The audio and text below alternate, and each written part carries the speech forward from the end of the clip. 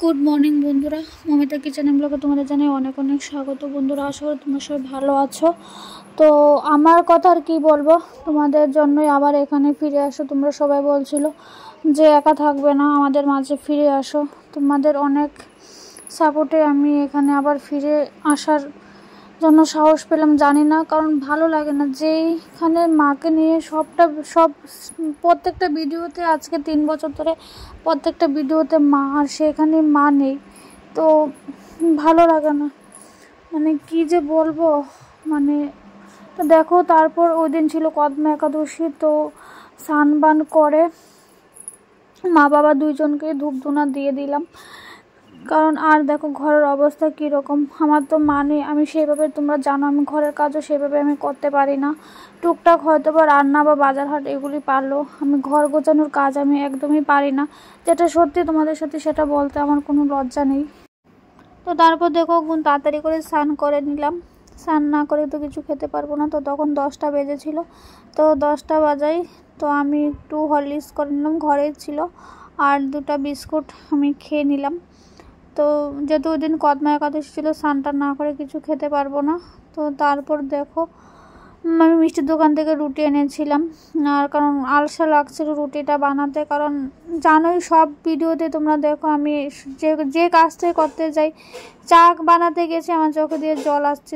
যেখানে আমি 2টা আমার জন্য হরলিক্স করতাম, মার জন্য চা করতাম, আজকে শুধু আমি আমার জন্য করছি, মার জন্য করছি না।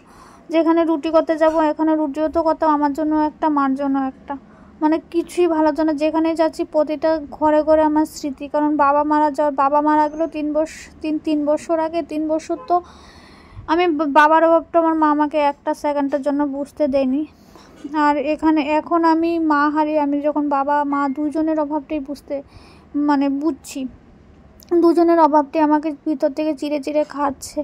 আমি তোমাদের সামনে যতটা স্বাভাবিক থাকার চেষ্টা করছি, আমি পাচ্ছি না। আমি দিন শেষে আমি জানি না এই অনাথ মেয়েটার পাশে কারোর সাপোর্ট পাবো কিনা,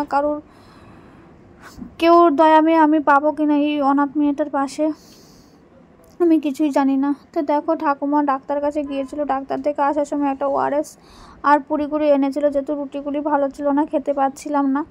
তো তারপর দেখো বিকাল হয়েছিল, ভেবেছিলাম একটু রাস্তায় হাঁটি। রাস্তার মধ্যে আমার ঘর থেকে বের হতে আমার ভালো লাগছিল না। তো রাস্তার মধ্যে ভাবছি বৃষ্টি আছে, আর আমার মন এত খারাপ লাগছে যে আবার মা বাবা তো মাটির নিচে আছে, ওদের শরীরে এখন তো বৃষ্টি পড়বে, কি হবে? আমি তো এখন চালের নিচে বসে থাকবো, কিন্তু ওরা তো ওইখানে। আমার মন এতই খারাপ লাগছে, কি বলবো। তো বন্ধুরা, ভিডিওটা আমি এখানে শেষ করে দিলাম, আমার আর ভাল লাগছে না। তো ছোট্ট একটা ভিডিও তোমাদের রিকোয়েস্টে, যে তোমরা খুব রিকোয়েস্ট করছো যে ফিরে আসো ফিরে আসো। আমার ওয়াইটির বন্ধুরা বারবারই বলছিলে ফিরে আসো, তো তোমাদের জন্যই ফিরে আসি। তো ওয়াইটি থেকে ভিডিওটা দেখলে অবশ্যই চ্যানেলটাকে সাবস্ক্রাইব করে দিও, আর এফবি থেকে যদি দেখে থাকো অবশ্যই পেজটাকে ফলো করে দিও। তো চলো আজকের মতো এখানেই টাটা, সবাই ভালো থেকো বন্ধুরা।